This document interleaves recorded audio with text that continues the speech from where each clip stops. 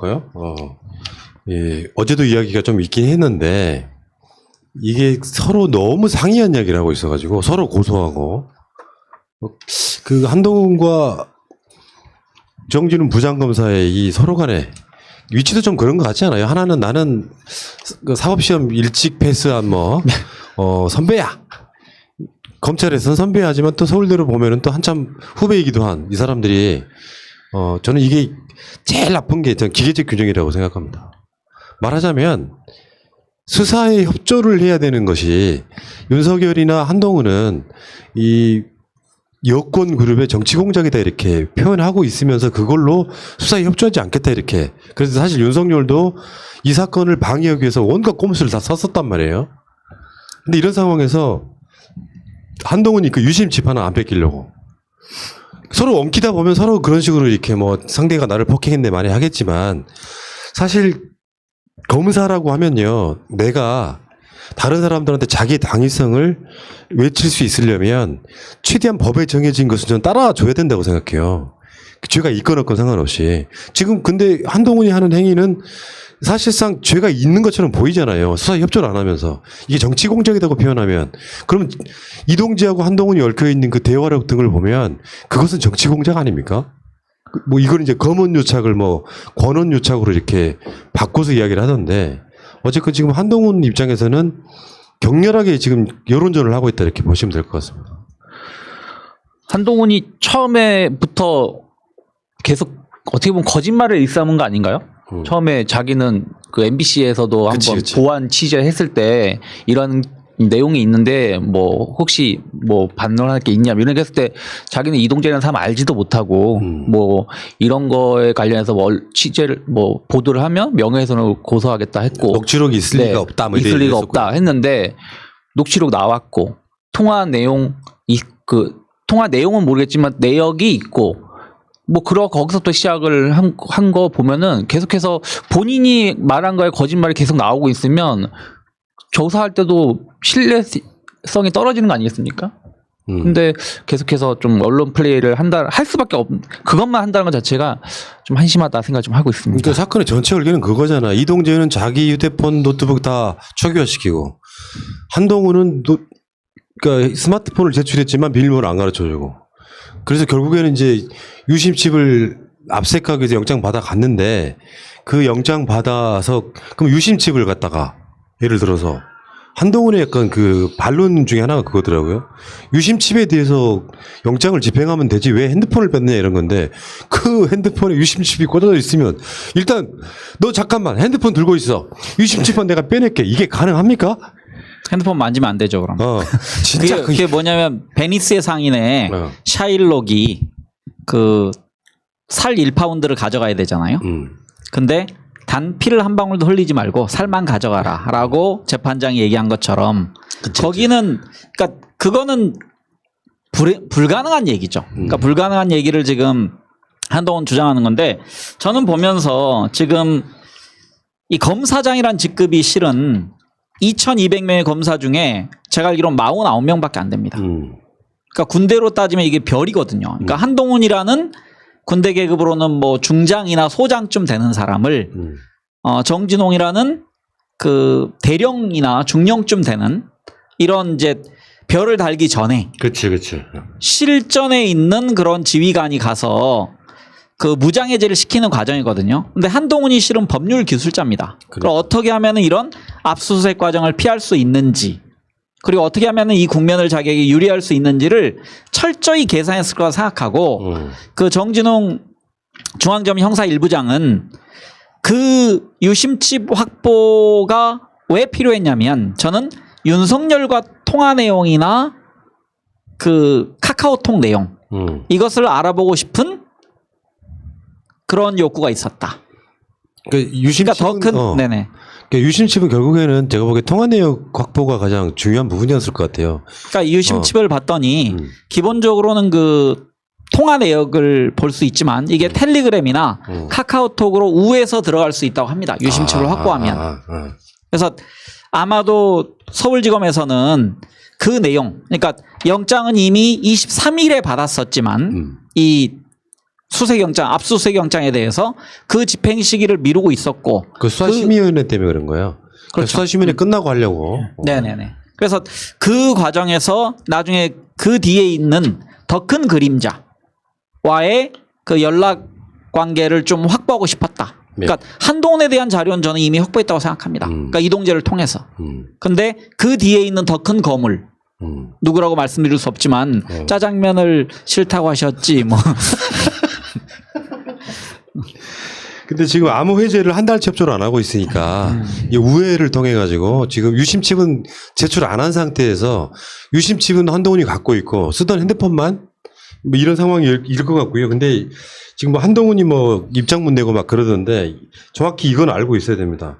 그러니까 휴대전화를 이제 그 유심칩을 압색을 하려면 일단 변호인을 부를 수는 있대요.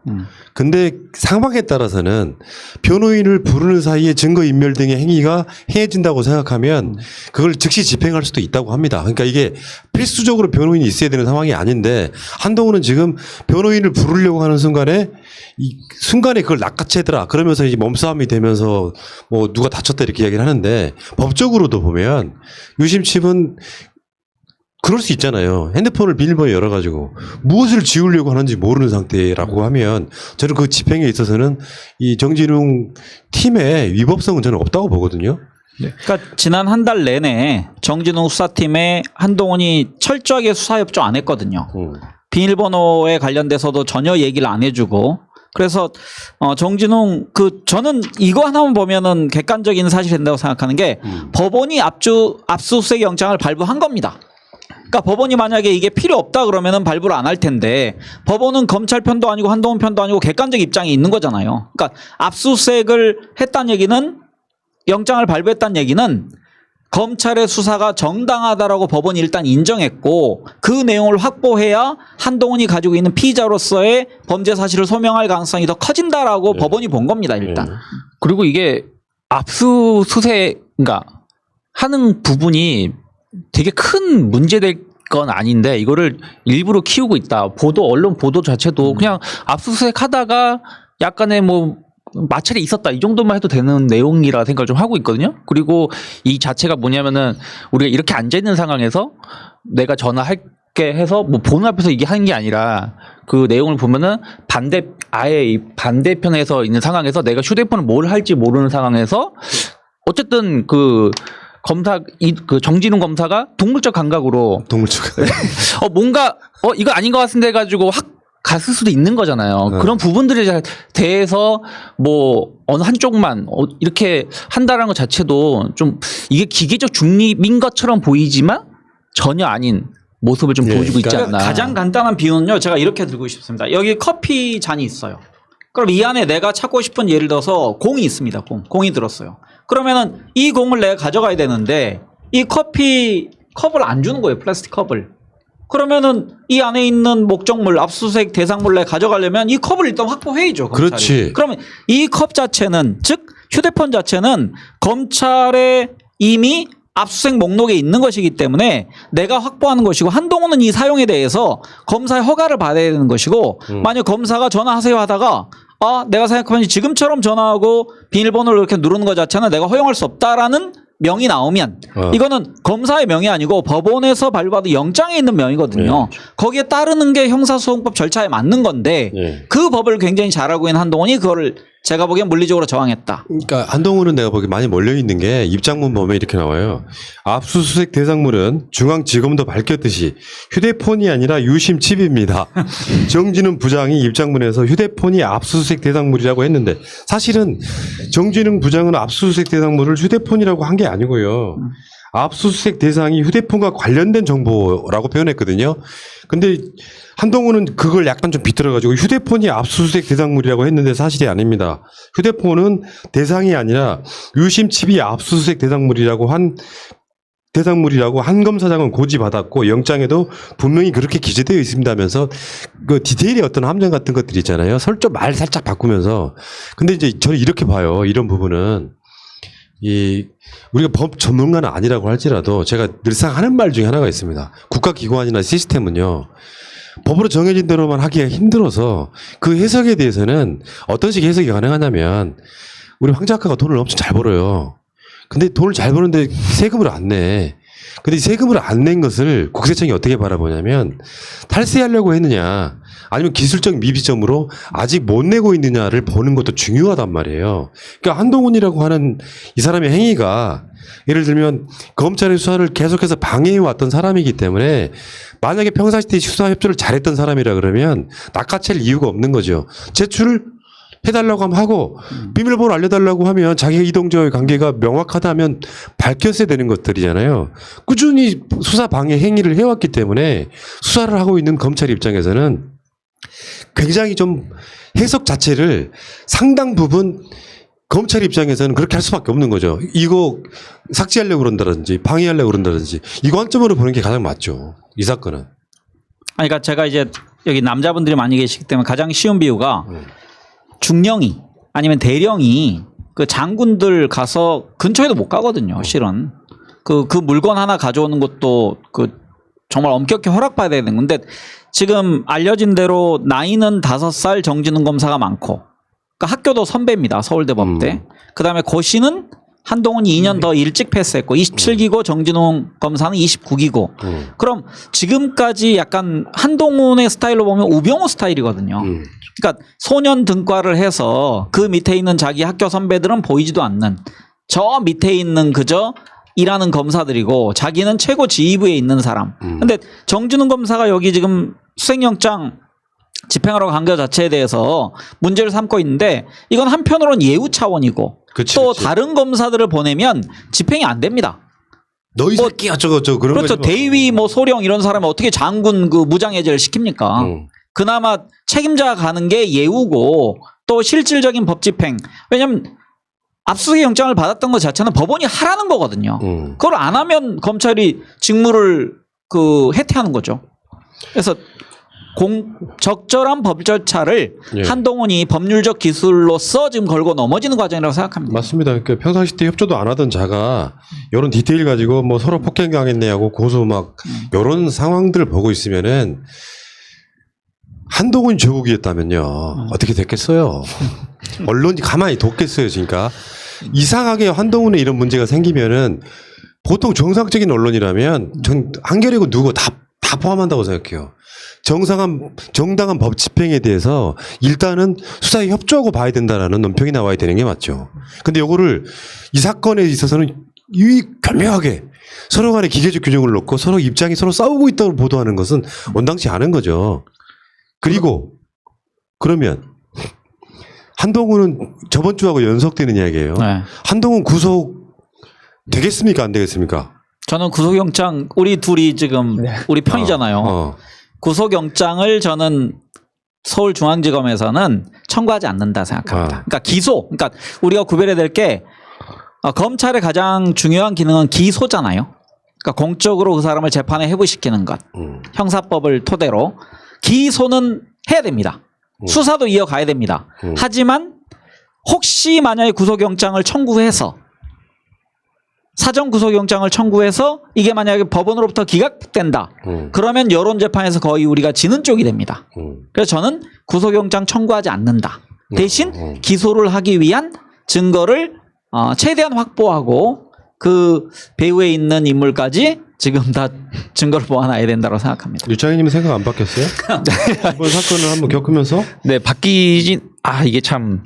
근데 이게 왜 그러냐면 만약에 수사심의위원회에서 한동훈도 일단 수사해 봐라 이렇게 나왔으면 구속 가능성도 있겠다라고 생각이 좀 바뀌었을 것 같은데 일단 오늘도 이렇게 언론을 보면은 제가 이제 자세히 본 건 아니고 이제 식당에서 밥 먹거나 뭐 이렇게 움직여서 보면은 그 밑에 자막을 보면은 계속해서 그 수사심의위에서 하지 말라고 했는데 지금 무리하게 하고 있다는 식으로 계속 그런 자막 나오고 그 패널들도 그런 식으로 몰아가는 패널들 위주로 해서 나오고 있기 때문에 조금은 말씀하신 것처럼 구속 청구하기는 조금은 부담스러울 수밖에 없지 않을까 생각을 좀 하고 있습니다. 저는 역시 반대로 봅니다. 근데 재밌잖아. 맞아요. 그러니까 이렇게까지 수사 협조를 안 해. 이게 구속 사유예요.